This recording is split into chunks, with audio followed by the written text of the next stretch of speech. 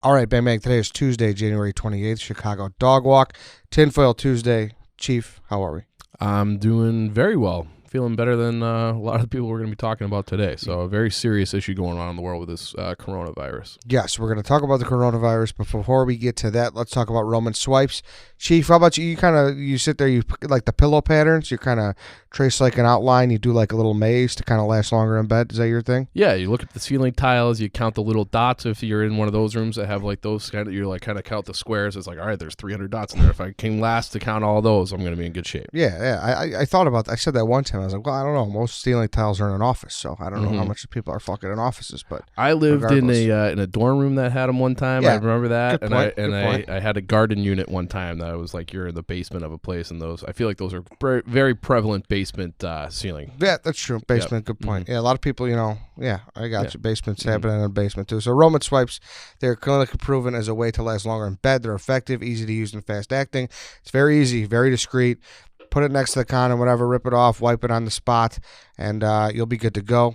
Your partner doesn't even, it's not something you got to make a big deal about. It's just going to help you, going to help your performance. So head on over to GetRoman.com/dogwalk. You can use your first month of swipes for just $5 when you choose a monthly plan. If you use the link GetRoman.com/dogwalk, that's GetRoman.com/dogwalk. All right, Chief, coronavirus, fucking scary. So scary. Yeah. So I know you've been following this story pretty closely. It's one of those things that it's I kind of ignore, and this is like a horrible thing to say, but it's like it's way on the other side of the world. And maybe you I got have it? it. Maybe You I have we it all right right here? now. I mean, I was in O'Hare over the weekend, so I could very well have it. But yeah, it's over on the other side of the world, so it's like I haven't really been paying that much attention to it. But then, over the weekend I did like a kind of a deep dive, and it's like, holy crap. And first of all, Donnie has been on this.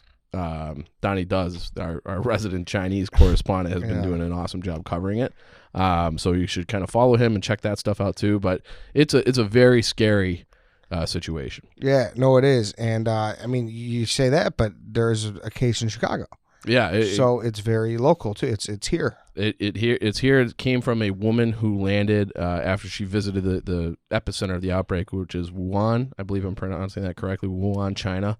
And that's another thing. I had never heard of that city. Yeah. It's fucking huge. Yeah, it's big, right? It's proper population, like in those city boundaries, is 8 million, and like greater Wuhan is 11, which makes it the size of New York City. That's crazy. So imagine having New York City quarantine because they don't want anybody leaving to spread this disease, this virus. China has so many people. Like, that would be interesting to just pull up the Wikipedias and see which cities, like, I have it who open. have, do you? It open. Yeah, like so what, I mean, their biggest cities gotta just tower over us, right? Their biggest city is another city I just have never heard of, which is fucking crazy. It's called Chongqing. There's a Q and a G in there. But it's 30 million people. Holy shit. I've never heard of it. So everyone talks about like Beijing and Shanghai. Those are like their, one's the capital, one's like their most modern city. It's a port city. But yeah. Shit. And this city, Wuhan, is kind of more inland, but it's like directly north of, and significantly so, but directly north of Hong Kong, kind of like southwest of, if you look at a map of Beijing, and directly west of Shanghai. So it's not one of these coastal cities. It is more inland, but it's if you're having currents, it could like hit some of these bigger. Is it Wuhan or Wuhan? Do you know? I mean, I don't know. It's like I always say Wuhan. Yeah. But I you could be right. I'm not entirely sure. So regardless, it's very serious over there. Mm-hmm. Everything's blocked off, right? The military is like surrounding all exit points. So it was Chinese New Year recently, so they had a lot of people, and there was rumors that they're going to quarantine the whole city. So they think like maybe as many as 40 or 50% of the population left before that happened, so they can't contain it. But if you stayed, you're not leaving. And if the videos keep coming out, and I don't know like how this is possible because I feel like China has this on lockdown. But you see people just like collapsing in the street. Terrible. They have these like unbelievably impressive construction projects going on where they're building 2 1,000 bed hospitals in Wuhan from scratch, and they're going to be ready by February 2nd, and they just started building them like 2 weeks ago. So it's like how that's possible, I have no idea, but they have like these time-lapse videos going on where they're building these hospitals. They have all these like construction cranes and earth movers, and they're just going to get it done because that's the type of infrastructure that's going to be needed to kind of take care of this problem and hopefully save some lives in China. All right, where do you want to start here? What's like the main things you found interesting that people should know about? Well, I mean, I do think we should kind of just give some stats too, just to let people know how pervasive it is. Already, as of this recording, they're saying at least 106 people have died. Wow. So, I mean, when did this start? Maybe like a month ago? Yeah, not long. Yeah, so to have 106 people die in a month is pretty crazy, and then 4,500 people at least have been infected, and that's across 12 countries. So they have, like we said, a woman landed in O'Hare. She had it. They had someone in Washington State had it. There's been a case in Germany, Thailand, all over kind of Southeast Asia. And they've actually had one in Japan now that was the first case of someone who got it who hadn't been in Wuhan. So it's now it's it's spreading some other way. So it is that's scary too, because it is an airborne virus. It's not like, you have to eat something or kissing disease or something. Right. It can just be, it could be anything. So if you have people coughing and sneezing, I got some stats on that for you too. Oh, Ready? no. This kind of, I'm not, but go. This is kind of gross. It grossed me out. So when you cough, and think of it even in this room, all the people coughing, maybe that's why everybody's been sick for a month. Your coughs leave your body at 50 miles an hour and can cause 3,000 droplets. So if you just cough into the air, it just just spreads everywhere into your mic, into the air, all over the place. 3,000 droplets, as many as that. And when you sneezes leave your mouth at 100 miles an hour and can cause 100,000 little droplets. I believe that. Fucking sneeze can blow a door down, dude. Yeah, so it's like a violent thing, and if you have if you have people with this disease, and it's all you have to do is breathe it in to get this virus, and people are sneezing at 100 miles an hour, coughing. 3,000. I feel like I don't have that much range. I mean, but just think it's like a little microscopic. You can't even see it, and it just out of your mouth. Wow, gross. Yeah, disgusting. That is not good though, and dangerous if you're have a real deadly virus in your body. Which is why when you see these construction crews in the military and just people walking around in China and specifically in Wuhan, they're in hazmat suits. Yeah, and they're wearing the masks too. The masks are everywhere. They're sold out. Good luck even in United States even trying to find. I saw that Chicago. There was a piece on the news, Chicago news. Chicago's Chinatown. Was sold out. Can't get them in a day. Yeah, the Walgreens was bone dry. Right. No Can't get 'em. medical masks. Right. And so it's just it's like a crazy scene when you see, like we said, these videos of people collapsing. The people that pick them up look like it looks like, did you ever see that movie? I think it was Richard Gere, the movie Outbreak in the mid-90s. No, I didn't. Oh. You like Richard Gere, though? Yeah, I think so. I could see you being a big Richard Gere guy. Yeah, Pretty Woman. I'm trying Runaway Bride. Runaway Bride, not bad. Not as far as chick flicks goes, Yeah. But yeah, Richard Gere, there was some kind of monkey outbreak, if I remember. I think it came out 95, so I'm sketchy on the details. But it was the same type of thing, where it's just you can't control it. And as of right now, there's no vaccine. So they're hoping to develop a vaccine in the next 8 weeks is what the World Health Organization has said and the Chinese government has said. But there's no real vaccine in sight as of this time. And it started because people are eating bats. Is that right? I've heard two things. I've heard the bat meat, which, come on, okay, and then maybe, you know what? Hey, I'm not one to tell you how to live your life. Maybe don't eat bat meat. Did you see the videos on Twitter of the bat soup? No. It is terrifying. Is it a whole bat? It's a whole bat just dunked into fucking soup broth. And I don't know how someone can physically take a spoon and just scoop it around the fucking bat. It's beyond the most scariest thing you could ever eat. I mean, bats are just tough to look at even when they're alive and flying. Oh yeah, the teeth. Yeah. Bats, they're low-key mammals. They're like rats. Yeah, low-key bad teeth. But no, you're right. Bats are known to be the biggest carrier for diseases and shit. What? Come on, China. I've heard bats and snakes. A couple of things that I'm not. You could probably talk me into eating a snake. I think I read. Dare me to do it. Yeah. I agree with you. Snakes are a little less exotic to me than bats. But I think Donnie said that as something where bats and snakes were kind of intermingling.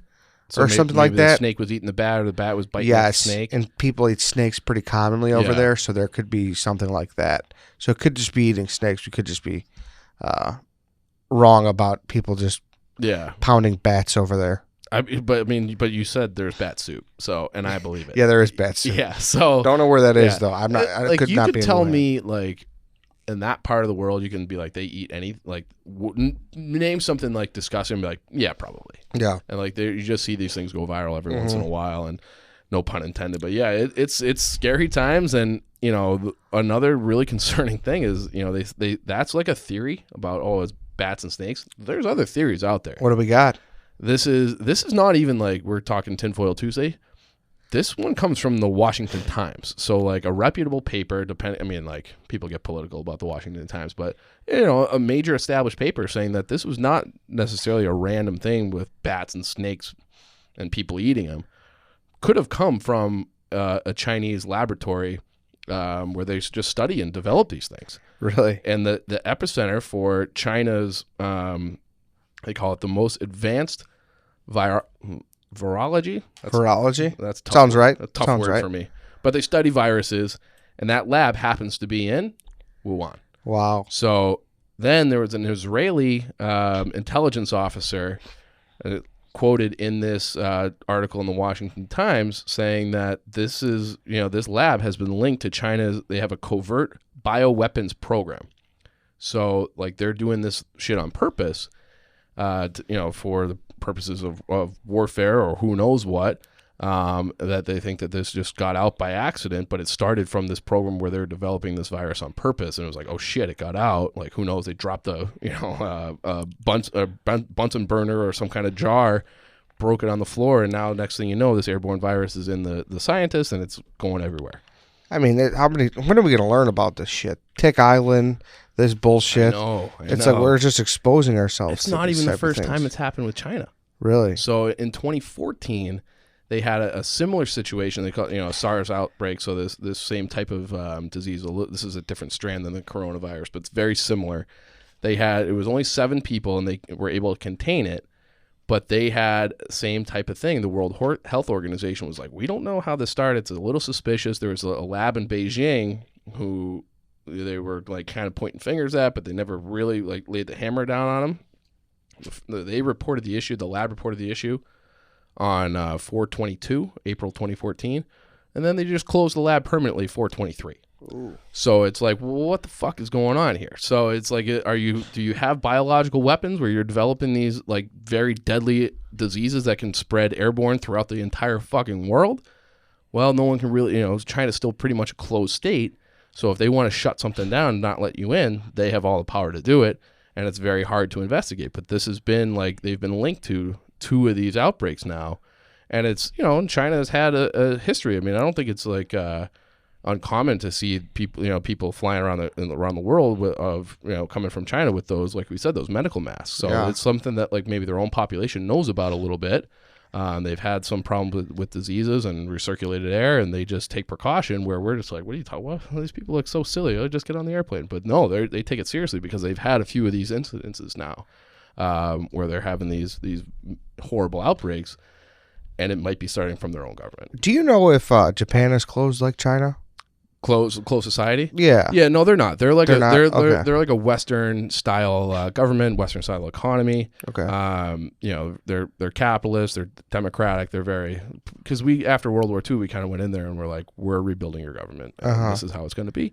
And they've kind of stuck to that. They're the most Western country over there, I would say. Interesting, because like I was telling you, I brought up this show again last week when I was with Dante about the Dark Tours show, and that Japan episode. They go to like the nuclear sites, and I saw that too with the tsunami. Like that's crazy that they're allowed to do that. Yeah, and they have like the tour guides and they wear the masks there crazy, too. Dude. And it's crazy. And then I don't know if you saw like the one about Turkmenistan, which is the opposite. right? Like that, you could be arrested at any time. You're not allowed to really drive around there. You know, like, why are you here? We're on like a weird ass bachelor party. Crazy. It's crazy. That could be a topic for another day because I was floored by that episode. It was wild. It's on Netflix if people want to go watch it. I have some stories about Turkmenistan. Do you? Too. Oh man, you would from a previous life. Yeah, you would. Yeah, so we can definitely do an episode about that. But yeah, Japan is definitely more open, which is why people are allowed to go and see these things and investigate them. And China, they're like, it's almost. Did you watch the Chernobyl?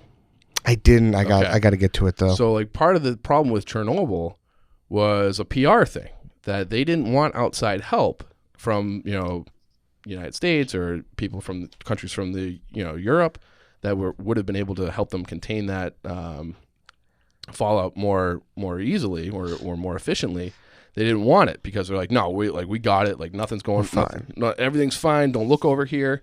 And that China, is kind of similar, where like the state kind of runs shit. So they're not, they don't really want people to know how this started or where it started or what. So it's going to be interesting to see how this plays out. Hopefully, it's going to be able to be contained, and not too many more people will die. But it's a scary thing because it could very easily, make its way over here and into food sources. And next thing you know, it's like, this happened all the time back in the day. Like even 100 years ago, that there were these influenza viruses that killed thousands and thousands and thousands of people. So it's not out of the realm of possibility that this is going to be a worldwide, huge problem. Yeah, I watched a pretty eerie video that Bill Gates was in. It was like a 4-minute YouTube. I don't know if you've ever seen that. I don't think so. Where he said, like, if he's worried about anything being the end of the world, it's not an asteroid, it's not a volcano.